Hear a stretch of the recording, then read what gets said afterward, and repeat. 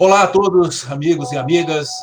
Hoje nós temos a feliz realização, neste momento, de estar com o querido amigo, o professor Mauro Betti. Mauro Betti, que todos conhecem e todos sabem da sua importância e relevância para a educação física brasileira. Nós estamos, nesse momento, contando com a participação dele. Muito obrigado pelo carinho, professor Mauro, em nos receber e nos acolher. E gostaríamos de ouvir um pouco sobre o senhor Mauro. A palavra é sua, Mauro. Daniel, muito obrigado pela oportunidade. Parabéns pela iniciativa, né? Mais uma iniciativa que você faz de integrar, né? Documentar e ampliar os conhecimentos na educação física. Bom, eu sou de uma família de classe média, né? Nascido numa família de classe média. Como diz a minha mãe, uma família de classe média micha, aquela que pensa que é rica, né? Que vai no, como ela diz assim, vamos no shopping para ver o que os ricos estão comprando, né? Mais ou menos isso. Mas também eu sou nascido em 1957, né? E o meu pai tinha hoje, que seria hoje mais ou menos equivalente a uma empresa entre pequena e média, uma gráfica, né? Então ele também se beneficiou financeiramente do chamado milagre brasileiro, né? Na época da ditadura, década de 70, né? Então tivemos uma vida muito boa, né? Uma vida confortável, com acesso a boas escolas, a livros, né? E eu passei a minha infância assim, que foi mais marcante, eu passei mais anos na zona norte de São Paulo, né? Especialmente no Jardim São Paulo, próximo ali onde hoje é a estação Ayrton Senna, né? Porque o Ayrton Senna morou no bairro, né? É uma coisa que lembra da família do Ayrton Senna, que morava próximo. Né? E ali era isso era a década de 60, né? Meados da década de 60. E a gente brincava na rua, jogava bola na rua, brincava de esconde-esconde, né? De polícia e ladrão, né? Mas principalmente futebol, né? Muito futebol, né? Tinha lá o nosso grupo de 4, 5, 6 amigos, quer dizer, todo dia jogava futebol, né? E na escola de manhã, à tarde estudava, e jogava futebol até a mãe chamar para tomar banho e jantar, né? Um estilo de vida que hoje não existe mais, pelo menos não naquele bairro, talvez exista em bairros mais distantes ou em cidades pequenas, né? Eu entrei no Google Maps recentemente e localizei lá a rua e até a casa, né? Rua Carlos de Laete, próximo à Avenida Leôncio de Magalhães. E hoje é um bairro de comércio, é um local de comércio, aquela avenida, né? É um lugar movimentado. Não acredito que seja mais possível jogar bola na rua, né? E havia uns terrenos vazios, né? Então eu tinha uma infância muito boa, né? Em termos de escola, eu estudei o antigo primário no Liceu Coração de Jesus, que era uma escola católica, né? De padres católicos, no Bom Retiro, que era próximo de onde tinha a gráfica do meu pai. Né? E era uma escola, assim, bem na ideologia judaico-cristã, né? Assim, inculcando um certo sentimento de culpa, né? Aquela coisa, né? E aí, naturalmente, não havia, por exemplo, aula de educação física. Né? Eu não lembro. Eu lembro, por exemplo, algumas vezes a gente jogando futebol com os padres de batina e tal. Né? Até eu localizei recentemente um álbum de fotografias daquela época que minha mãe guardou. E uma das cenas era essa, né? Jogar o futebol num pátio imenso, né? Mas do ponto de vista de conteúdos, assim, de matemática, língua portuguesa, né, eu tive uma boa formação também. Mas também hoje tem claro para mim que era uma educação muito repressora, né?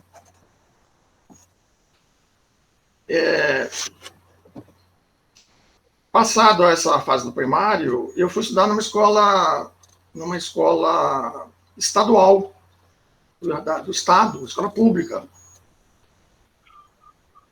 Ingressei em 1972. Então, em 1972 eu concluí, 72, 71, 69. Era ainda a época que a escola pública ainda era da elite. Não era nenhuma escola popular. Eu peguei exatamente essa transição da passagem de uma escola de elite para uma escola popular, né, mais aberta, né, mais massificada, vamos dizer assim, né, em função da lei 5692, né, de 1971. Né?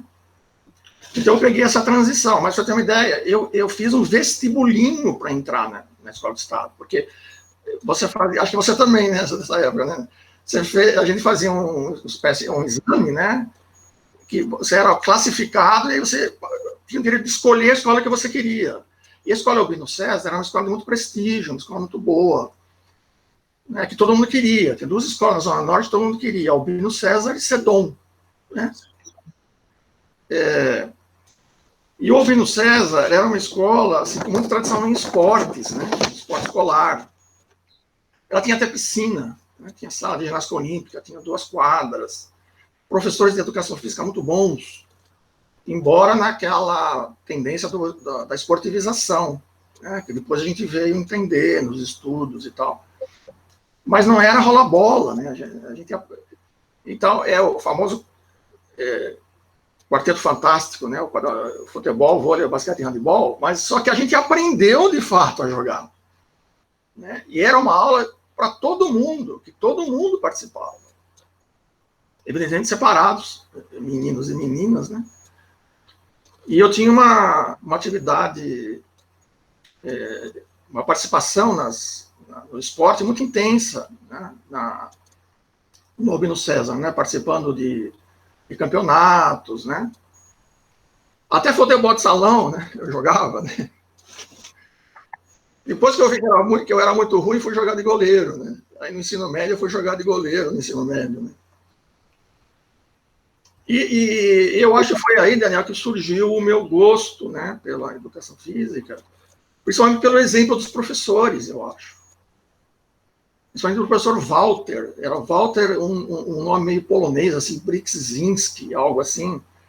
E alguns anos, sei lá, uns 7, 8 anos atrás, o professor Hudson Ventura me deu notícias do professor Walter e disse assim que ele sentia ele, Walter, tinha ido para uma escola, trabalhava numa escola particular, né, e também era técnico de basquete de um clube.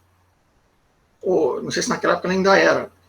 E disse o professor Walter para o Hudson que ele sentia saudades dos tempos da escola pública. Né? Porque assim, era um tempo em que, apesar de estarmos na ditadura, muitas coisas aconteciam. Por exemplo, na escola havia um grêmio desportivo, com participação ativa dos alunos, a gente fazia campeonatos e tal, né? E eu tinha um grupo de amigos que já começava a ter uma certa consciência política, né? Começava a perceber, né, que alguma coisa não estava certa na política brasileira, né? Então, assim, os amigos que eu fiz lá, alguns eu mantive uma amizade por décadas. Depois eu perdi o contato. Eu acho que o que eu mais aprendi na escola pública foi a ser cidadão. E o mais responsável por isso foi a educação física. E foi o ambiente, né? E foram os amigos, porque aí, chegando mais ou menos no 7º, 8º ano, 71, 72, a escola pública já se abriu para a classe mais popular. Não era mais uma escola de classe média micha, né? Porque os ricos mesmo iam para as escolas da alta burguesia, né? Que eram poucas e eram caríssimas, né? Ou iam para o exterior até. Né? Então, eu tinha alunos de várias camadas sociais, né, alunos de famílias pobres. Eu ia na casa deles, por exemplo. Eu conhecia uma outra realidade, que não era a minha, de classe média. Né? E os professores eram muito bons, né? Eram professores cultos. Né? Numa época em que o professor de Estado tinha um status, tinha prestígio, ganhava bem. Eu tinha professor que passava as férias na Europa. Aí ele ficava contando para a gente o que ele viu lá na Europa. Isso era uma coisa, assim, era como se descortinasse um outro mundo para a gente. Né? Tinha também aqueles professores que enrolavam, né? Que ficavam contando história, né? Mas os professores de educação física, todos, mas especialmente o Walter, me inspirou, disse assim, e já no adolescente, disse, não, eu quero ser professor de educação física. Por exemplo, o professor Walter dava aula de atletismo, e não tinha nada de atletismo. A gente usava uma pedra para fazer arremesso de peso. Né? Ele levou a gente para competições, né? Os jogos colegiais, né? Que você conheceu bem. Chegou até a ser o coordenador, né? Responsável por isso tudo. Né? Levou a gente para assistir os Globetrotters lá no ginásio de Ibirapuera. Não sei se ainda existe, né? Para quem os mais jovens, era uma equipe de exibição, né? De jogadores americanos extremamente habilidosos, né? Que ficavam fazendo gracinhas com a bola, né? Exibindo habilidades, fazendo cesta de gancho no meio da quadra.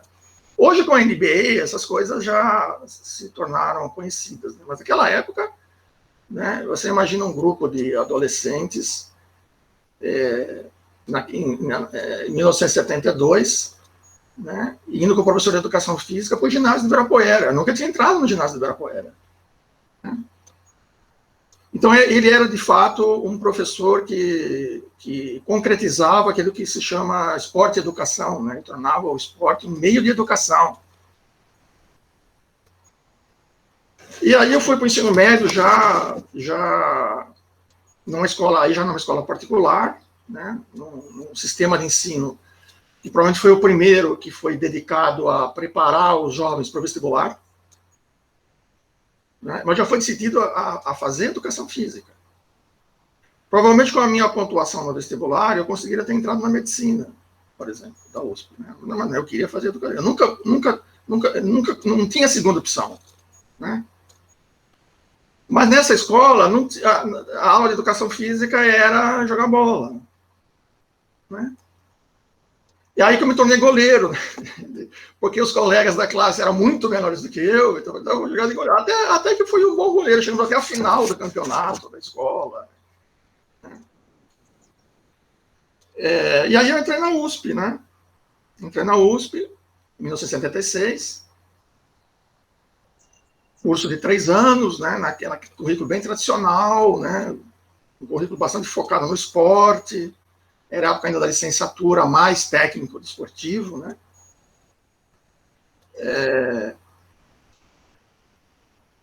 Mas aí aconteceu uma coisa, né? Que depois veio se consolidar nos anos seguintes, que era a transição de uma educação física tradicional, conservadora, esportivizada e tal, para essa educação física, né, mais preocupada com a realidade social, né? Com a transformação social, né, questionando a ditadura, né, tanto que eu participei do movimento estudantil da USP, eu fui do centro acadêmico, né, a gente saía nas ruas, né, nas marchas, nas passeatas estudantis, né, sob vigilância da tropa de choque. Né. Eu não apanhei da tropa de choque, né, mas teve colega que apanhou, né, teve colega que foi preso. Né. Então, a minha turma foi uma turma muito questionadora. Né. Tinha um professor lá, na disciplina que a gente jogava importante, e ele só ficava contando historinhas da vida dele, e a gente se revoltou com aquilo, fomos ao diretor, não vou falar o nome do professor, mas vou falar o nome do diretor, porque ele merece, que era o professor Dayuto. Né? E ele nos ouviu, nos compreendeu, e ele retirou o professor da disciplina, e ele assumiu a disciplina. Né? Bom, e aí chega no último ano, a gente conhece um professor chamado Daniel Carreira Filho. Por acaso, esse que me entrevista.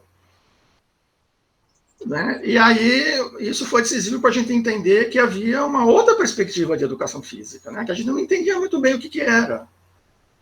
Mas a gente já cobrava uma maior fundamentação. Isso que a gente queria, que os professores não dissessem assim, é assim. A gente queria que eles dissessem por que é assim. Eu lembro, por exemplo, das aulas do Mário Pini, do Mário Carvalho Pini, né, talvez o primeiro médico que se dedicou a estudar a fisiologia do exercício, né, chamava-se naquela época fisiologia do esporte, né, e eu lembro que nas aulas dele, ninguém faltava, né, juntava as duas turmas, né, eram 100 alunos que entravam, duas turmas de 50, e essas aulas eram mistas, né, masculino e feminino, iam lá os 100 alunos. Eu lembro uma vez, Daniel, que ele era um professor muito rigoroso, né, professor tradicional e tal, né, mas ele tinha conteúdo a oferecer, né, ele sabia dizer por que ele estava dizendo aquilo, ele estava cientificamente fundamentado, né, na fisiologia, evidentemente, que era a única área avançada, cientificamente, que se conhecia no Brasil. Teve uma aula que ele trancou a porta porque ele não queria que ninguém chegasse atrasado. Eu não sei por que naquele dia, talvez a aula anterior atrasou, era uma aula que tive que tomar banho, se trocar, muita gente chegou atrasada. E ele não deixou entrar. Aí o pessoal saiu para fora, né? Você lembra que as salas de aula davam para a avenida. E foi assistir a aula pela janela. Então a gente, do lado de dentro, abriu as janelas e o pessoal ficou lá em pé, enfiou a cabeça assim para ouvir a aula dele. Tamanha era a sede de conhecimento que a gente tinha, que a gente não via, não tinha isso nas outras disciplinas. Até que uma hora ele falou assim, tá bom, entra aí, entra todo mundo. Né? Tanto que depois ele foi escolhido patrono da turma, né? E você para ninfo. Né? E uma formatura que não aconteceu. Né? Você lembra disso? Por quê? Porque também teve um professor lá, que eu não vou citar o nome, uma disciplina importantíssima, né? Ligada à metodologia da pesquisa. Veja, nós já incluímos como fazer pesquisa, ter fundamentação científica, era fundamental para a educação física. E isso foi uma coisa intuitiva, né? Não foi algo que nós descobrimos nos livros, né? Talvez pelas próprias características daquele grupo, né? Era um grupo que tinha gente de todos os lugares do estado, gente de outros estados, muita gente do interior, muita gente que tem que trabalhar, muitos nos colégios não pobres, tinham que trabalhar, tinham que fazer bico para sobreviver, para pagar aluguel, morar em república. E esse professor, então, no último dia de aula, quando muitos colegas não estavam presentes na aula, fala assim, vamos fazer prova, vamos fazer uma prova, porque eu acho que ele tinha esquecido que tinha que dar a nota. E nós vendo que quase metade da turma não estava lá, nós nos recusamos a fazer a prova. Não, você não avisou, você não disse qual é a matéria, porque naquele tempo tinha que dizer, né, que vai cair na prova, né? E ele na verdade, ele não tinha oferecido conteúdo nenhum, né? Nós nos recusamos a fazer a prova e ele reprovou todo mundo. Né? Não, até ele disse assim, não, então tá bom, então vocês fazem um trabalho, uma coisa assim, mas enfim, ele reprovou todo mundo. Né? E isso cancelou a formatura, isso foi para na justiça, né? Até que o professor Dayuto, novamente, mediou e encontrou uma solução lá, né, que agradasse a ambas as partes. E ele foi pessoalmente aplicar a prova, né? E houve, inclusive, uma comissão de negociação com a direção, da qual eu fiz parte, né? Porque isso é uma coisa que veio do movimento estudantil, né? Sempre havia uma comissão, né? Essa ideia de um colegiado, né? Que negociou com a direção, né? E o professor Dailton foi lá aplicar a prova de múltipla escolha, porque nós não queríamos que fosse questão aberta, né? E aí todo mundo passou, né? Mas a formatura foi cancelada e o professor Daniel não pôde nos honrar com o seu papel de paraninfo, né? Bom, aí eu formei em 78, fui trabalhar em escola, fui trabalhar em São Bernardo do Campo, no Centro Esportivo Público, porque eu já tinha a noção de que o caminho era a abertura para o caminho era o poder público, né? Eram as políticas públicas, que hoje a gente chama de políticas públicas. O caminho eram os espaços públicos, né? Para a gente ofertar os conhecimentos e serviços da educação física. Então, eu prestei um curso na Prefeitura de São Bernardo do Campo, né? Passei, né? Muito bem colocado, escolhi onde eu queria trabalhar. Aliás, desconfio que quem fez aquela prova de São Bernardo do Campo foi você, viu? Mas não precisa falar. Mas eu desconfio que foi você. Porque você favoreceu quem estudou na USP, né? Porque sabia mais ou menos o seu universo de discurso. Fui trabalhar no Baetão, né? Lá em São Bernardo do Campo. E foi uma experiência muito interessante, porque também eu tive contato com uma clientela que eu não conhecia, que era a clientela dos filhos dos operários de São Bernardo do Campo. E coincidiu, inclusive, com o movimento operário, as greves, as primeiras greves na ditadura, o surgimento do PT, as assembleias que se realizavam ali próximo, no Paço Municipal, né? Mas eu não tenho essa consciência política, né? Eu não tinha percebido o que estava acontecendo, eu intuía que tinha alguma coisa ali, meu descontentamento com o que acontecia no Brasil, com a ditadura, com a falta de democracia, era bastante evidente, bastante aflorado, como para toda aquela geração, mas a gente não tinha formação política, né, para entender o que estava acontecendo. Mas eu fui testemunha disso acontecendo em São Bernardo. E logo em seguida eu prestei concurso para a Prefeitura de São Paulo, né, e também fui trabalhar em escola em Santa Amaro, uma escola muito boa, né, mas também com uma clientela também bastante heterogênea, né, onde aí sim eu aprendi a ser professor. Né? E aí, em 81, né, novamente o professor Daniel Carreira Filho, né, me abre a possibilidade de se tornar docente auxiliar de ensino na USP. Né? Já tínhamos lá trabalhando uma colega que era da minha turma também, né, que era a professora Geni Cavalaro, né, e a disciplina prática de ensino estava, embora da educação, estava sob a responsabilidade da educação física e sob a responsabilidade sua, e você monta uma equipe, né? E eu acabei entrando nessa equipe. Você deve ter convencido o professor Boaventura que valia a pena me contratar, né? Porque ele sabia, né, que tinha sido uma turma questionadora, né? Mas eu desconfio que ele também não gostava muito daquele professor que teve problemas com a gente, né? Enfim, ele me aceitou lá, e eu passei a ser professor de prática de ensino, no que foi provavelmente a experiência mais rica de prática de ensino que deve ter existido na história recente, né? Que era uma divisão entre prática de ensino e estágio supervisionado. Né? Então, a prática de ensino se fazia numa espécie de laboratório, né? Que era o projeto Criança, desenvolvido lá no CPUSP, em que você né, conseguiu trazer alunos das escolas e os alunos, os licenciados, ministravam aulas, né? Tinha um programa sob a supervisão de 4 professores de prática de ensino, e você coordenando tudo. Eu encontro ainda hoje, Daniel, ex-alunos daquela época, que falam, foi a melhor coisa que tive. Eu aprendi muito lá, eles nos agradecem muito pelo que nós vivemos lá. Porque você tem uma situação controlada, né? E hoje você pega um aluno que nunca entrou numa quadra para dar aula e joga ele numa situação cheia de problemas, né? E que ele não consegue resolver, né? Então ali era como se fosse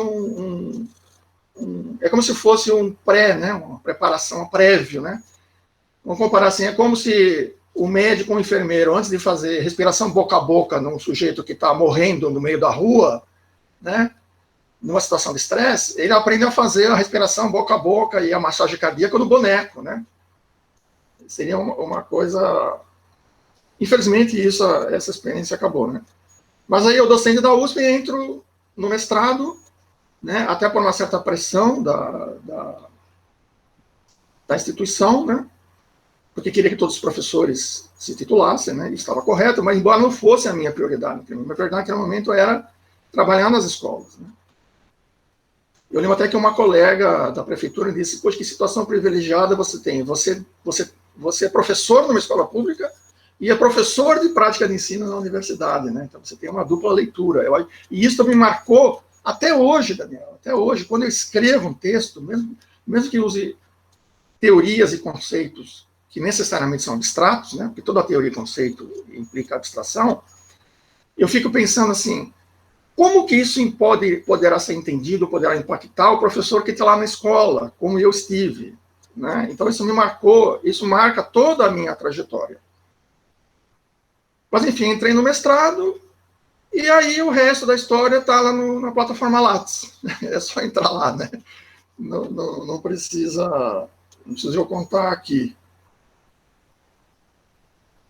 Houve muitos percalços nesse caminho, né? A gente, muitas dificuldades, muitos problemas, né? Perseguições, gente que não gosta do que a gente fala, do que a gente faz, né? Que tenta nos prejudicar, mas também muita gente que nos ajuda, né? Como você, né? Mas isso faz parte da vida, né? A vida é assim, né? Maravilha, Mauro. A gente rememorar alguns momentos, né, fantásticos vividos, né, ou até certo ponto convividos, né, faz todo sentido a sua preocupação com a sua indicação passar pelo Boaventura. Naquela data que ele me chama e fala assim, pô, você está trazendo o cara da turma que fez bagunça aí? Que negócio é esse? E foi verdade, né? E aí eu respondi para ele, professor, existe um olhar distinto. Dê oportunidade para esse olhar distinto que o senhor não vai se arrepender. Aí a resposta dele foi assim, tá bom, eu contrato ele, mas se ele der errado, eu mando você embora. Então, Mauro, essas foram cenas que se reproduzem, né, por muito tempo, infelizmente, na nossa sociedade, né, na educação. Mas vamos lá. E aí, Mauro, o que nós podemos interpretar hoje da educação física escolar, Mauro? O que a gente tem, depois de tantos anos? Para se ter uma ideia, eu recebi essa semana do Wagner Way Moreira a ata daquela reunião feita na Fazendinha com o João Paulo Subirá Medina e todos nós, né? Não, Ele me mandou a ata, coisa maravilhosa. Então, o que nós temos, né? E como é que você enxerga hoje a educação física escolar? Se soubesse ia perguntar desse jeito, eu não faria a entrevista. Porque é uma pergunta muito, muito difícil de responder, né? E assim, para quem como nós, né, Daniel, participou da construção dessa mudança muito rápida, eu diria até, do ponto de vista histórico, e bastante intensa, né?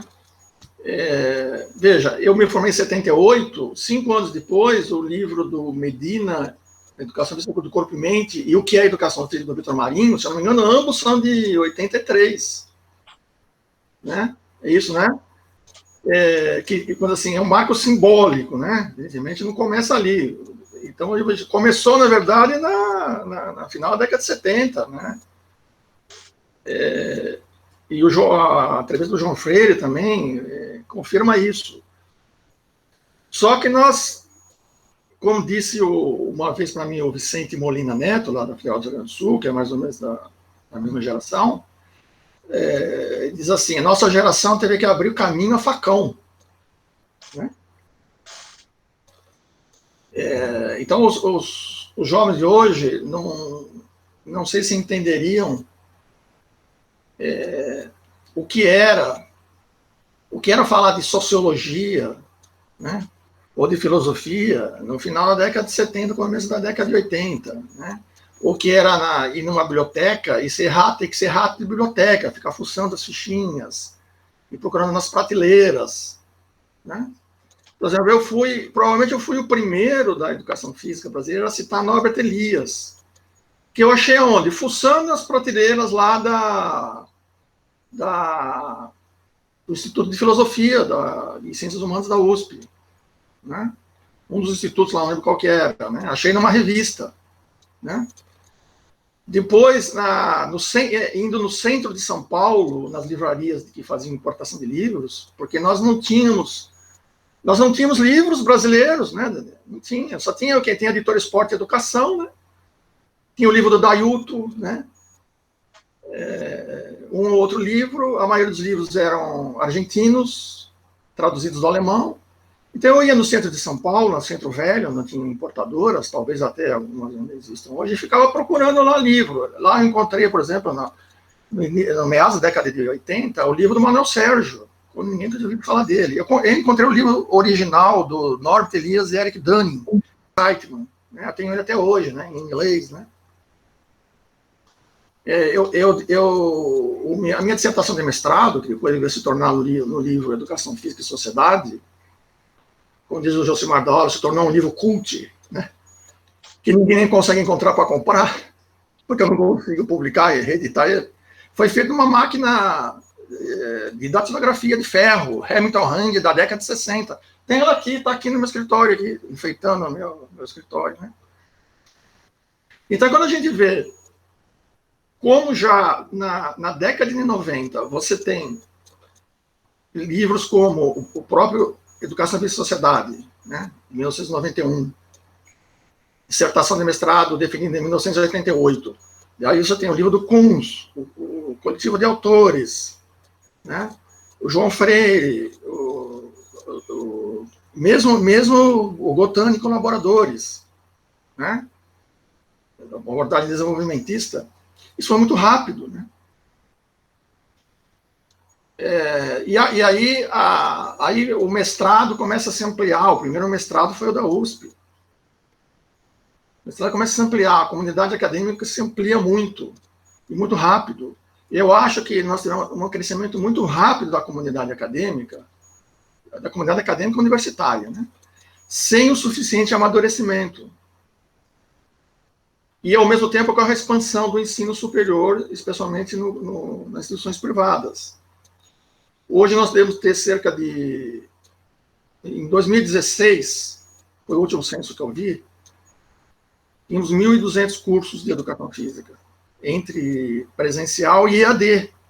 E os cursos de EAD estão crescendo, também sem o suficiente amadurecimento do que deve ser um curso EAD na educação física.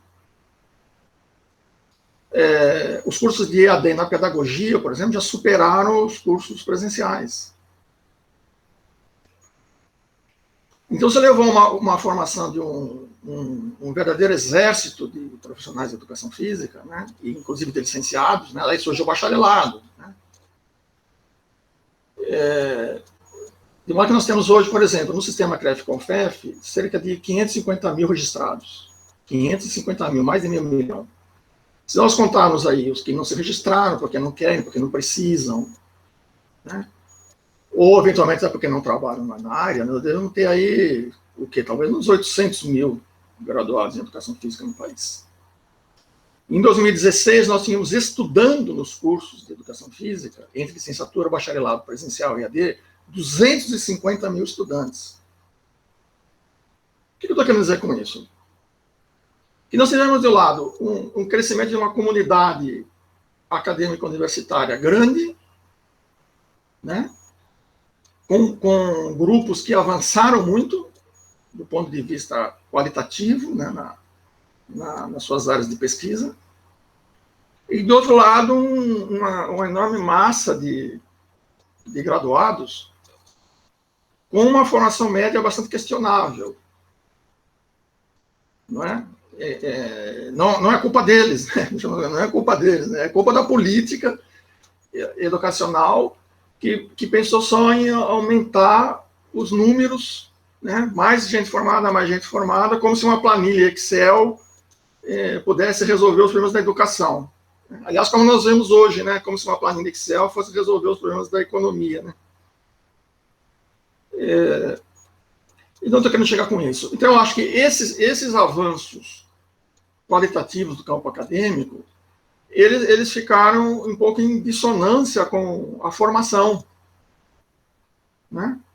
Não estou falando daquele discurso de A universidade se afastou da escola, nunca se preocupou com a escola. Isso, em parte, é verdade, mas hoje é muito menos verdade do que há 20 anos atrás, ou há 10 anos atrás. Hoje você tem muitos grupos de pesquisa que tomam a escola como locus de pesquisa, né? Os processos de ensino-aprendizagem, meus próprios trabalhos na pós-graduação, a maioria deles, de orientação, foram trabalhos feitos nas escolas.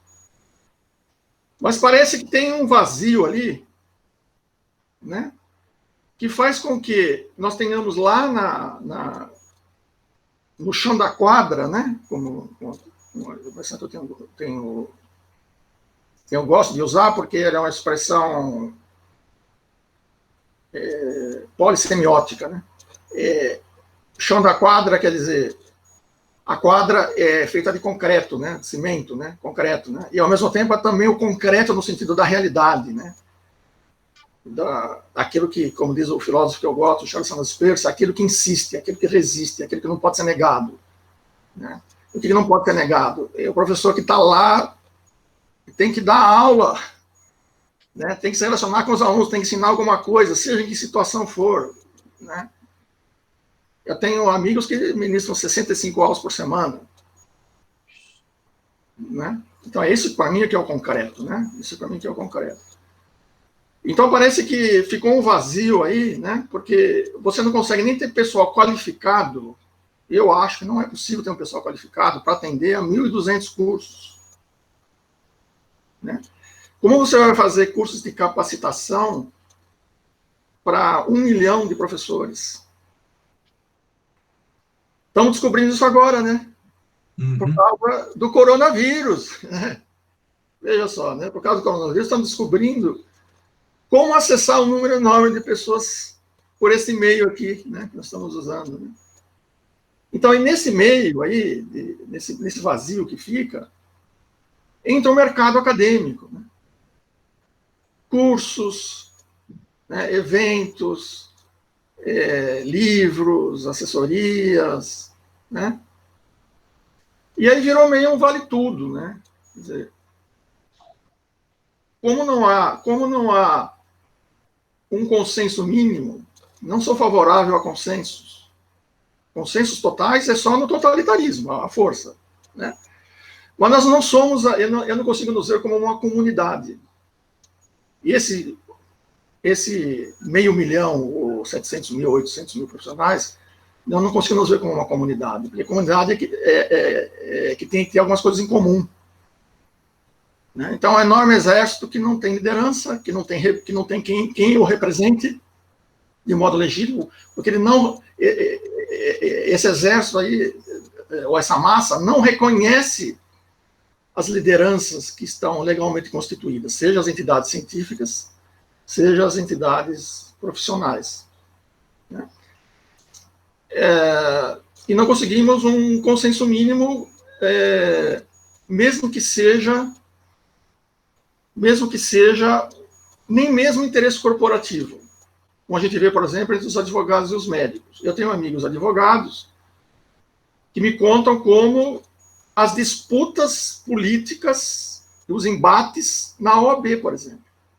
Mas aí é o seguinte, tem chapas, as pessoas vão lá e votam. Né? E está eleito, está eleito. Né? Passa a falar em nome da comunidade de advogados. Se você não gosta, você monta uma chapa e concorre para mudar a direção. Né? É assim que funciona na democracia. Né? Então, abriu-se espaço para todo quanto é tipo de direcionamentos para a educação escolar. Então, é curioso que, embora no campo acadêmico a gente tenha colocado as proposições em gavetinhas, né? Você gosta do João Freire, né? Então você é construtivista. Você gosta do Gotano, então você é desenvolvimentista. Você gosta do Mauro Betti, então você é sistêmico. Tá? Aí você puxa a gavetinha e tira lá o Mauro Betti. Você puxa outra gavetinha, tira o Eleanor Kunz. Você é crítico superador, então você tira o coletivo de autores. Olha que a gente vê no concreto, né, nos dois sentidos, né, de concreto, né, não é isso. Uma coisa interessante, Daniel, que eu tenho acompanhado os grupos de professores de educação física escolar no Facebook, embora também haja grupos no WhatsApp, né? E agora também tem o Instagram, mas no Facebook, que é mais antigo, é muito interessante. Você tem grupos aí com 12 mil participantes. E eles trocam atividades, sugestões de atividades. Alguém tem o planejamento, o plano de aula. Alguém tem um plano de aula para a educação infantil? Alguém tem planos de aula de acordo com a nova BNCC? Né? Alguém tem uma atividade para desenvolver lateralidade? Então, coisas como coordenação, lateralidade, noção espaço-temporal. São coisas que aparecem muito nesses grupos de professores. E na academia a gente diz assim, não, imagina, mas que psicomotricidade, isso é coisa do Lebuche, da década de 70, isso está superado. Agora, por que isso está no discurso e na prática dos professores? Né? Porque os professores não sabem fazer um planejamento, porque eles precisam... E por que um planejamento... inclusive venda de planejamentos, de planos de aula, né, na internet. Né? Por que um plano de aula feito com 100 planos de aula, 100 planos de aula sobre não sei o quê? Por que esse plano de aula serve para o Brasil inteiro? Né? Será que nós que estamos somos da comunidade acadêmica universitária, falhamos? Né? Não conseguimos ensinar os futuros professores o que é um planejamento de ensino, o que é um currículo? Né? E o que é que tem aí nessas atividades que tanto interessam aos professores e que, nós, de certa forma, nós não lhe damos o devido status acadêmico? Né? Talvez devêssemos ir aos professores perguntar para eles e compreender o que estão fazendo lá no concreto. Talvez devêssemos ajudar os professores a avançar dentro dessa perspectiva. Por exemplo, a psicomotricidade ela pode se desdobrar hoje para a ecologia da percepção, né? Um americano chamado, não lembro pelo nome dele, mas Gibson, que hoje é a vanguarda das pesquisas na área de aprendizagem motora. Então, o pessoal da aprendizagem motora que está no bacharelado, né, que estuda algo que poderia contribuir para a educação física escolar. Né? Porque o que a gente tem que entender é o seguinte: uns falam em saúde, outros falam em desenvolvimento motor, outros falam em cultura, né? Outros falam em não sei o quê, não sei o quê. Na experiência de movimento dos alunos, das crianças, dos adolescentes, ou dos aprendentes, e das aprendentes, como eu prefiro chamar, isso tudo acontece ao mesmo tempo. Né? Quem põe em gavetinhas, em caixinhas, somos nós. Né? Então, e aí eu acho que esses avanços muito rápidos que nós tivemos, talvez não houve a suficiente maturação, né? E eles estão assim, se espraiando, né? Se dispersando muito. E eu acho que isso é responsabilidade do mundo acadêmico universitário. Eu acho que nós temos que retomar o concreto, né? Interlocutar com os professores, é um termo que eu tenho gostado de usar, né? É um verbo, esse verbo não está adicionalizado, mas vem de interlocução, que eu prefiro a diálogo, porque diálogo é uma palavra desgastada, embora tenha um sentido parecido. Interlocução, se procurar um dicionário, um bom dicionário, vai dizer assim, é a interrupção do discurso provocado pelo falar de um novo interlocutor. Ou o popular, quando um burro fala, o outro abaixa a orelha. Então, vão abaixar a orelha e ouvir professores. Porque é muito comum assim. Eu ouço os professores, mas eu só concordo com eles se ele concordar com o meu ponto de vista prévio. A gente não quer concordar com o ponto de vista prévio deles. Então, eu tenho feito aí algumas lives, postagens no Facebook, sem compromisso acadêmico, já que eu estou aposentado, né, da vida acadêmica, universitária, mas não da educação física. E eu noto que tem uma grande repercussão junto a esses professores, especialmente os professores jovens. Não é? E eu ainda não consegui entender, se decifrar exatamente por que eles estão tão interessados no que eu tenho falado. que já não é mais uma linguagem acadêmica. Porque uma vez eu ouvi, Daniel, de um colega que foi meu aluno de graduação e que já há muito tempo é professor universitário, numa universidade pública de prestígio, alguma coisa, sei lá, talvez 10 anos atrás, eu fiz uma palestra, já preocupado com a linguagem, né, e com a comunicação, né, uma coisa que eu aprendi com a semiótica, né, você precisa tornar as ideias claras, né, você precisa se fazer entender no primeiro momento, porque se você não fizer entender, o cara, ele fala para os ouvidos, né. Aí eu fiz, já imbuído um pouco, começava a ter esse propósito, mudei o meu jeito de fazer palestra, e esse professor, né, que foi meu aluno, levanta a mão e fala assim: Mauro, pela primeira vez eu entendi o que você falou. Né? Primeiro eu fiquei surpreso, depois eu comemorei, falei assim, eu fiz assim, né? Oh, ganhei o dia, né? Ganhei o dia. Eu acho que está faltando isso, essa humildade, né? E a gente largar a disputa pelo mercado acadêmico, né?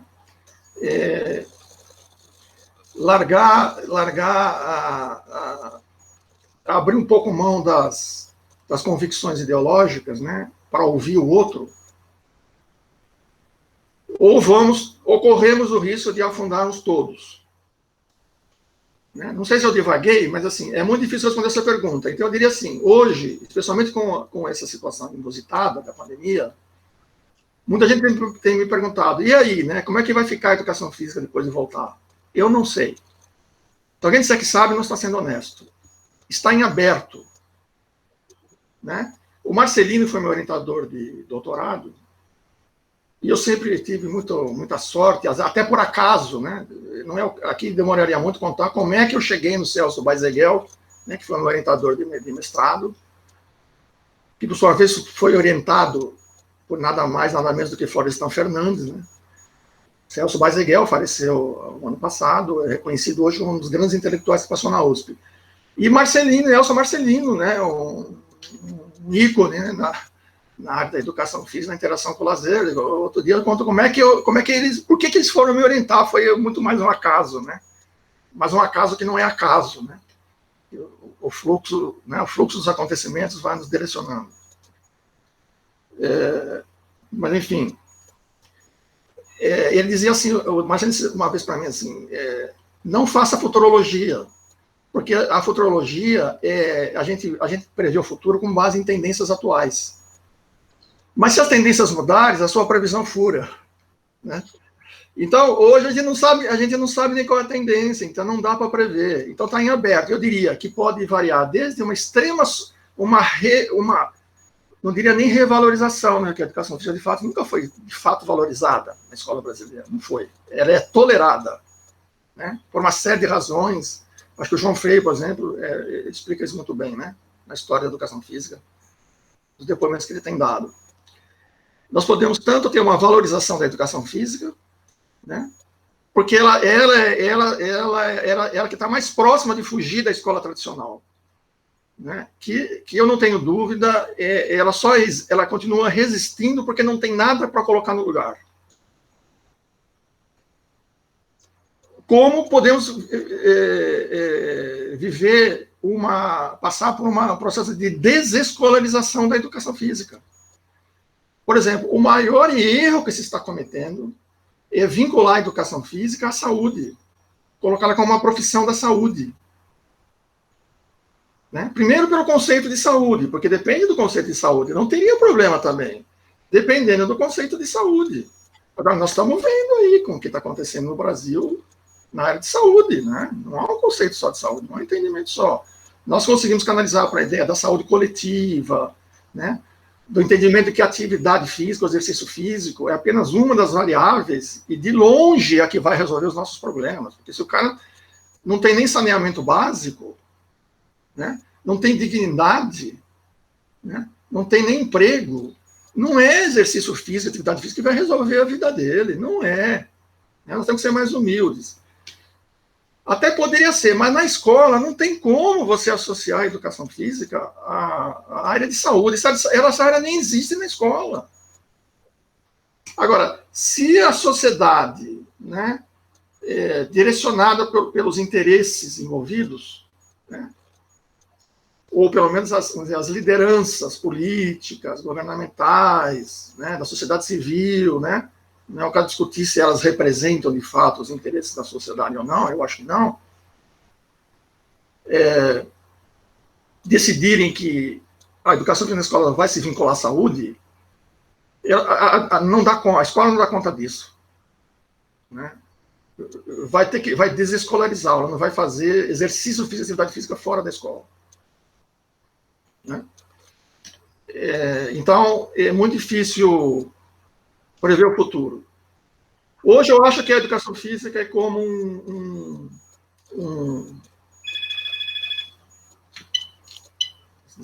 é como um campo, é como um corpo humano que cresceu de modo desigual,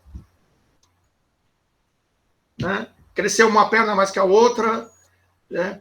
Cresceu uma orelha, não cresceu a outra, cresceu os dedos, um dedo e não o outro, é um corpo desequilibrado, né? Com avanços enormes. Então você tem, complementando, né? Aquele vazio que eu falei, né? Uma massa de professores com uma formação questionável e uma comunidade acadêmica universitária que avançou em muitos aspectos. Você também tem um grupo pequeno ainda, mas que cada vez cresce mais, que é um grupo de professores de escolas, especialmente escolas públicas, que tiveram uma formação acadêmica muito boa, ou que são autodidatas, e que não estão na universidade, que estão na escola, que estão militando em movimentos sociais, que estão participando de iniciativas que estão fora do sistema acadêmico universitário, por exemplo, como, por exemplo, a Revista Brasileira de Educação Física Escolar, né, que você coordena. Não é uma revista que se enquadra nos parâmetros exatos da comunidade acadêmica universitária, né? Ela até pode tentar se aproximar, né? Mas se ficar igual, estraga, né? Tem que ser como está, porque ela abre espaço para outras vozes. Agora, veja, teve que ser uma esfera da economia privada, uma editora privada, veja que interessante, uma editora privada que abriu espaço para isso, e não uma instituição pública. Quem tem me convidado para lives para falar sobre educação escolar tem sido os próprios professores, especialmente grupos de estudos de professores ou grupos de pesquisa que estão na universidade, mas não são grupos valorizados pelo status quo.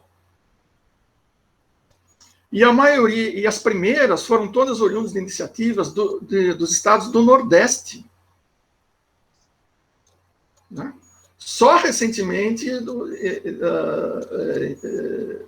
instituições ligadas ao Estado de São Paulo que me convidaram, né? Então, eu diria assim, hoje eu estou muito mais interessado no que está acontecendo às margens, né? Nas margens, nas bordas do sistema. Porque eu acho que daí é que vem, daí é que vai vir a inovação. Daí que vai vir uma capacidade de repensar, de reestruturar, de articular essa diversidade, essa pluralidade que tá dispersa, né? Mas que é um bom ponto de partida, né? Eu não acredito mais nas instituições acadêmicas universitárias. Elas perderam essa capacidade, elas não conseguem mais enxergar o concreto, né? Elas ficam olhando o próprio umbigo. Falei demais, né? Mauro, maravilha. A gente podia ficar aqui conversando horas e horas, só que eu tenho um limite de tempo e a gente vai voltar a falar contigo. Mauro, coloca para nós, assim, rapidamente, para encerrarmos, o que você sugeriria, ou o que você diria a uma pessoa que tomou a decisão, como você, de seguir para ser professor de educação física? Aí não precisa se ater só a escolar, não. Abre o teu espaço aí. O que você diria a um profissional uma pessoa, né, que nesse caso ainda não é profissional, busca na educação física? Bom, primeiro assim, ingresse no curso de educação física, porque de alguma maneira você gosta. Tem que gostar. Eu entrei no curso de educação física porque eu queria ser técnico de atletismo, porque eu pratiquei atletismo. Né? As coisas que eu não falei, também tive uma passagem, um atleta federado de atletismo na Escola de Educação Física da Polícia Militar, lá na Avenida Cruzeiro do Sul. Né? Provavelmente o professor Públio andava por lá, né? Mas eu não sabia quem era. Né? E foi também atleta federado de basquete, no Clube Espéria. Né? Então eu queria ser técnico de esporte, porque era o que eu via, né? Era o que eu vivia. Né? Aí no curso de Educação Física, os professores como você, Mauro Ghisellini, Luiz Lorenzetto, me fizeram ver que, do ponto de vista de transformação social, de trabalho educativo, a escola era muito mais importante, né? Muito mais interessante. Né? Mas não tem problema, se você gosta de esporte, se você gosta de dança, se você gosta de malhar na academia, né? Eu acho que esse é um bom ponto de partida. Né? E aí, como em qualquer curso, você tem que estudar, né? Tem que estudar, tem que, né, exercitar os glúteos sentado na cadeira, né? Tem que usar os seus glúteos não só na musculação, mas na cadeira, né? E hoje, que maravilha com a internet, né? Você tem acesso à literatura do mundo inteiro, você pode conversar com pesquisadores do mundo inteiro, com professores do mundo inteiro. E eu digo o que eu sempre dizia para os meus alunos.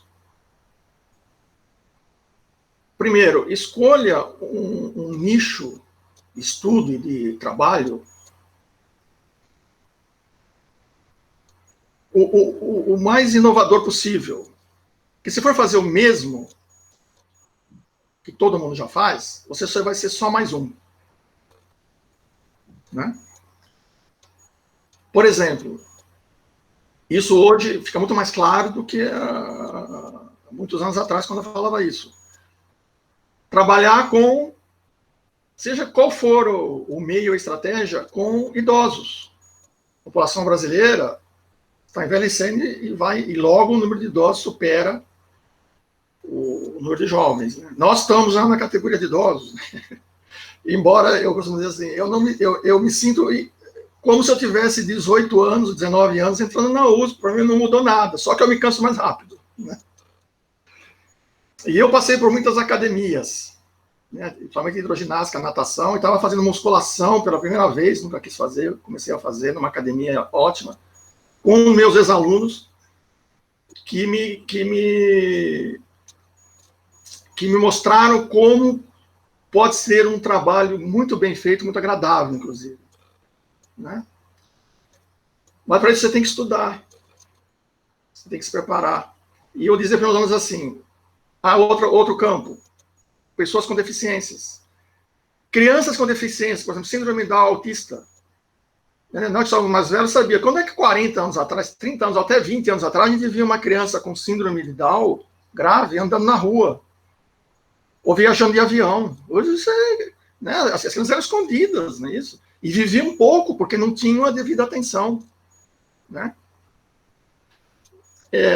Então, essas áreas, né, elas demandam profissionais especializados. Agora, você não pode ser especializado se não tem primeiro uma boa base.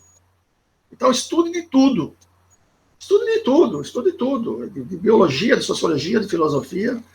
Depois, lá no final, você vai afunilando. E procure, depois que você escolheu o seu nicho, procure o melhor que tem, o melhor profissional, o melhor pesquisador da sua cidade. Se você pode sair da sua cidade, vá para a sua região. Se você puder sair da sua região, vá procurar o melhor no seu estado. Se você pode sair do seu estado, vá procurar o melhor do país, no Brasil. Você pode sair do Brasil, vá procurar o melhor do mundo.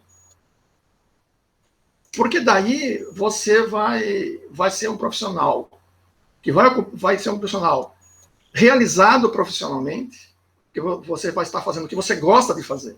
Eu imagino assim, isso é uma tortura. O cara que trabalha numa coisa que ele não goste. Né? Mesmo que ele ganhe muito dinheiro. Né? É claro que também trabalhar e não ganhar o suficiente nem para ter uma vida digna, também não vale a pena, né? Mas se você trabalhar no que você gosta e for bom no que você gosta, né, você está, como se costuma dizer, com a vida ganha, né? E você vai ajudar as pessoas, isso que eu acho mais importante, né? Antes da gente pensar em se ajudar, né, em ganhar dinheiro, e ser famoso, né, você tem que pensar como que eu posso ajudar as pessoas. Né? Os jovens hoje, talvez por uma influência dos meios de comunicação, da internet, querem tudo muito rápido. Né? E uma frase que eu disse uma vez, assim, no Insight, numa últimas turmas que eu ministrei aula, na última aula, eu disse assim: não escolham o caminho mais fácil, escolham o caminho onde você vai aprender mais. Porque o caminho mais fácil é só no curto prazo. No longo prazo, vale o que você aprendeu no caminho. Inclusive, essa frase virou o lema da turma na placa, né, de formatura. E que depois eu fui descobrir que seria o lema da corrente filosófica que eu mais gosto, né, que é o pragmaticismo, né, que as pessoas confundem com praticismo. Não é ser prático, fazer mais rápido, fazer mais fácil, não. É o caminho que eu aprendo mais. Então, essa é meu conselho. Escolha o caminho onde você vai aprender mais, porque a sua recompensa vai vir depois.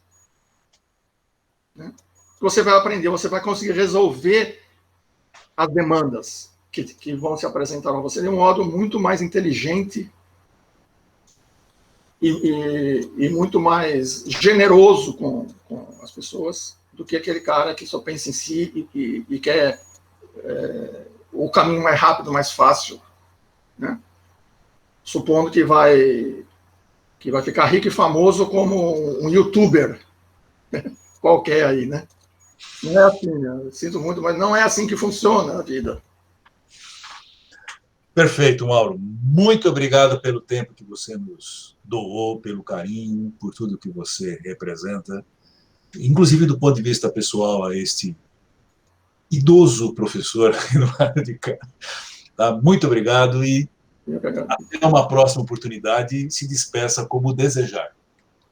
Eu agradeço a você, Daniel, e novamente parabenizo por todo você já podia também estar retirado aos seus aposentos, né, com o sentido de aposentar-se, mas você continua na batalha e eu acho que é o exemplo que conta muito mais, né? O exemplo que conta, e você sempre foi um exemplo para mim.